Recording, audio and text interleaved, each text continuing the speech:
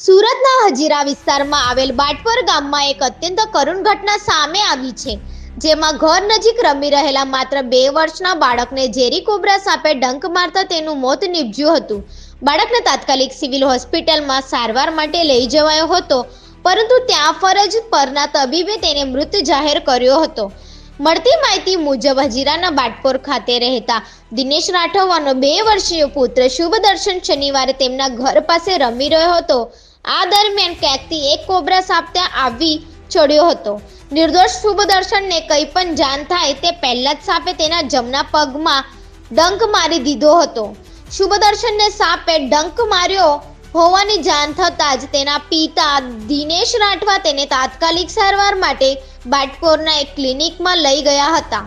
બાળકની ગંભીર સ્થિતિ જોતા ક્લિનિકના તબીબે તેને વધુ સારવાર માટે સુરતની સિવિલ હોસ્પિટલ ખાતે રિફેર કર્યો હતો.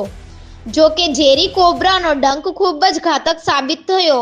શુભ દર્શનને સિવિલ હોસ્પિટલ લાવવામાં આવ્યો ત્યારે ત્યાં ફરજ પરના તબીબે તપાસ કર્યા બાદ તેને મૃત જાહેર કર્યો હતો. ડોક્ટરોનો જણાવ્યા મુજબ બાળકને અત્યંત ઝેરી કોબરા સાપે ડંખ માર્યો હોવાથી ઝેર આખા શરીરમાં ઝડપથી ફેલાઈ ગયું હતું, જેના કારણે માસૂમ બાળકે જીવ ગુમાવ્યો હતો. આ ઘટનાથી રાઠવા પરિવારમાં ભારે શોકનું મોજું ફરી વળ્યું છે.